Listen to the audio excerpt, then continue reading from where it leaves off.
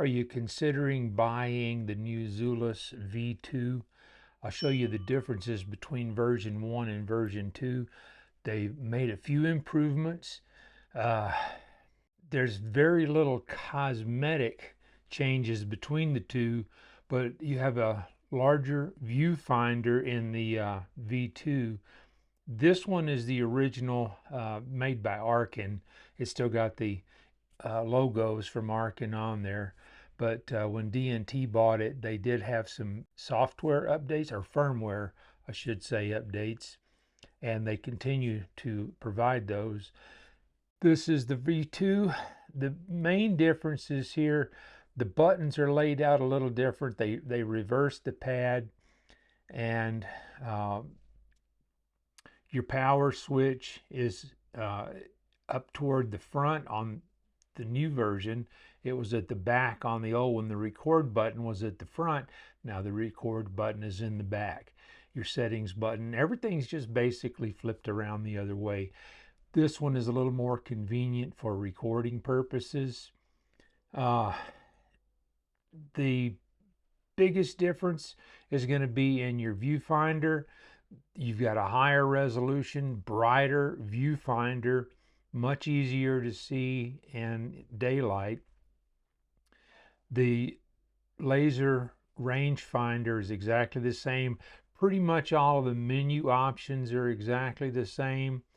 The one thing that I think is kind of handy, on the zoom on the V1, you had a little bitty tiny wheel right here that you had to roll back and forth, and it's difficult to feel with your gloves. It can be done.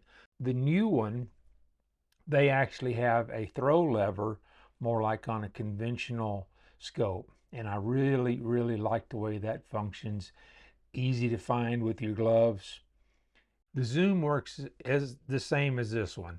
It's not a fluid optical zoom, it's a digital zoom, so it goes in stages just like this one does. The inside, I'll show you some footage looking through both of them. The V1, the display looks like you're just looking at a regular computer monitor, and on the V2 they actually put a little masking on it, so there's a curvature to it, and it kind of gives you more the feel of a regular scope, and it's recorded in the video also. But as far as the laser rangefinder, ballistics, calculator, pretty much everything is the same. The menus to me are very intuitive as you scroll through your menus. All this being said, and one thing, the older version uses an 18650 battery. The new one uses a 21700, so you do have a little more run time with one battery. They both use flat tops. Both batteries are easy to find. Everything, as far as I'm concerned, that they did on the V2 was an improvement, with one exception. If you notice, these are actually colored, and this one, it's embossed but not colored. You could probably, if you were crafty, get in there and highlight those. Not a big deal, but I do like this one better than the new version. Maybe they'll update that at some point. So let's see if we can get a few views of a target downrange. I don't have a very long range at the house. I got about 30 yards. And these are both mounted on a Skout air rifle.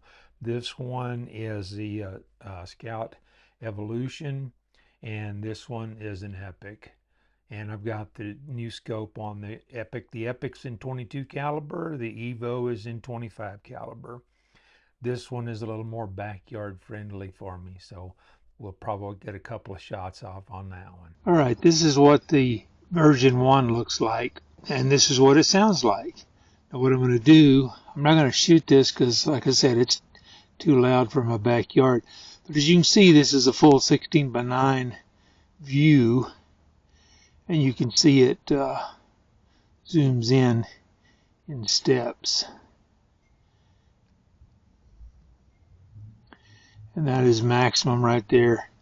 So let me grab the 22 in the version 2, and let's bring it out here and show you the difference in the sound and the audio quality. And I'll take a couple of shots with the 22. Alright, we're on version 2 with the Skout Epoch. Let me get the trigger turned on. Powering on. Welcome to the Epoch experience. Firing mode. Match. Now, I don't know 80%. I don't know how this here's Fire. Timer on. the scope, the rifle. But what we're going to do, we're just going to take a couple of shots, and I'll show you. I'm going to slide this slider, and you see it still zooms in the little increments, just like the other one did. Okay, let's see. I'll just take this bottom one right here. See my heartbeat.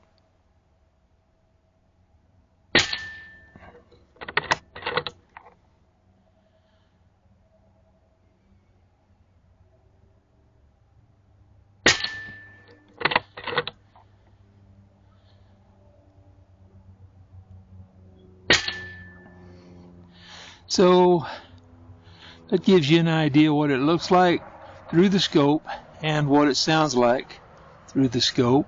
I don't think you can see the picture-in-picture on this either, but that should be enough to give you an idea what we're doing.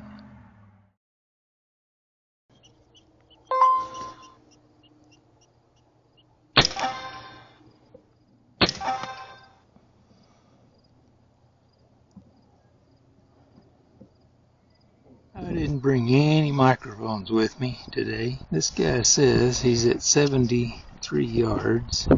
Let's see what we get.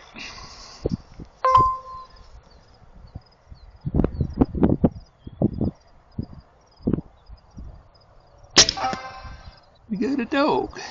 Using the Corbin 48 grain Corbins. Oop, got him. Well, I got here a wee bit late. I hear some, but I think they're on the other side of that tall grass. I can't see them.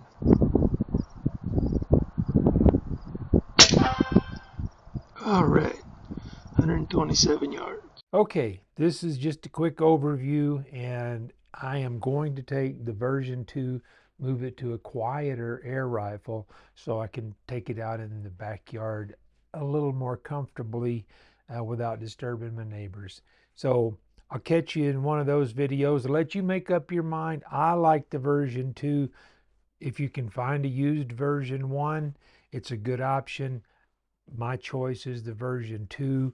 Let me know what your choice is. I appreciate anybody that stuck around. I'm going to throw a video up over here you might like. YouTube's going to throw one down there you might like. I'll catch you in one of those, or I'll catch you down the road.